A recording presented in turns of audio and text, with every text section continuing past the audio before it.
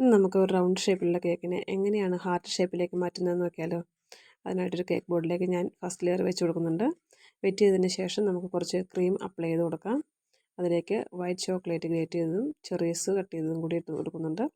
നമുക്ക് കുറച്ച് മിൽക്ക് മെയ്ഡും കൂടി ചേർക്കാം കേട്ടോ. അപ്പോൾ ഞാനിത് ഫസ്റ്റ് ലെയർ കുറച്ച് ബോർഡിൻ്റെ പുറത്തേക്ക് തള്ളി നിൽക്കുന്ന രീതിയിലാണ് ഇട്ട് വെച്ചേക്കുന്നത്. നമുക്ക് അവിടെ നിന്ന് കട്ട് ചെയ്ത് മാറ്റാനുള്ളത് കൊണ്ടാണ്.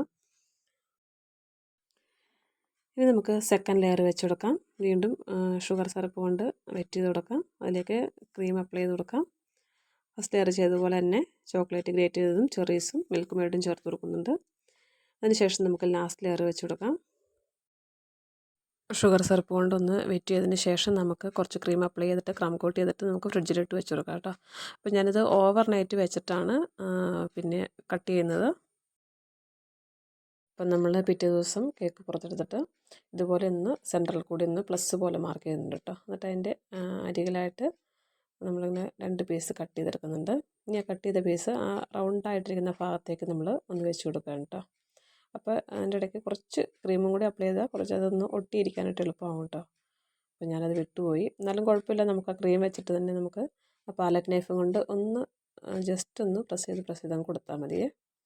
അപ്പോൾ ഉണ്ട് ഹാർട്ട് ഷേപ്പ് ഏകദേശം ആയിട്ടുണ്ട്. ഇനി നമ്മൾ ആ ഒരു സെൻറ്റർ ഭാഗത്ത് നിന്ന് ഒരു ചെറിയൊരു പീസും കൂടി കട്ട് ചെയ്ത് മാറ്റുകയാണ് കേട്ടോ. നല്ലൊരു ഹാർട്ട് ഷേപ്പ് കിട്ടുന്നതിന് വേണ്ടിയിട്ടാണ് അങ്ങനെ. ഇനി നമ്മൾ ആ കട്ട് ചെയ്ത് മാറ്റിയ ഭാഗത്തൊക്കെ ക്രീം വെച്ച് ഒന്നുകൂടി ഒന്ന് ക്രം കോട്ട് ചെയ്ത് കൊടുക്കുന്നുണ്ട്. എന്നിട്ട് കുറച്ച് നേരം കൂടി ഫ്രിഡ്ജിലോട്ട് ഞാൻ വെച്ച് കൊടുക്കുന്നുണ്ട്. അതിന് ശേഷമാണ് ഞാൻ ഫൈനൽ കോട്ട് ചെയ്യുന്നത്. ഒരു 10 മിനിറ്റൊക്കെ ഫ്രിഡ്ജിൽ വെച്ചതിന് ശേഷം ഞാനൊരു പൈപ്പിംഗ് ബാഗിലേക്ക് കുറച്ച് ക്രീം എടുത്തിട്ട് ഫൈനൽ കോട്ട് ചെയ്ത് കൊടുക്കുന്നുണ്ട് കേട്ടോ.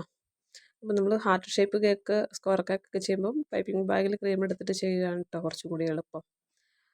അപ്പോൾ ഒരു പാലറ്റ് നൈഫ് ഉപയോഗിച്ചിട്ട് ആദ്യം ഒന്ന് ലെവൽ ചെയ്തെടുക്കുന്നുണ്ട്. അതിന് ശേഷം ഒരു സ്ക്രാപ്പർ ഉപയോഗിച്ചിട്ട് നമ്മളൊന്ന് ഫിനിഷ് ചെയ്തെടുക്കുന്നുണ്ട്.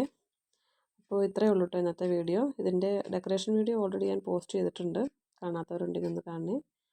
വീഡിയോ ഇഷ്ടപ്പെടുവാണെങ്കിൽ ഒന്ന് സബ്സ്ക്രൈബ് ചെയ്യണേ. ലൈക്ക് ചെയ്യാനും കമൻറ്റ് ചെയ്യാനൊന്നും മറന്നു പോകരുത്. അപ്പോൾ കേക്കിൻ്റെ ഫൈനൽ ലുക്ക് ഞാൻ കൊടുത്തേക്കാം കേട്ടോ. Okay, by.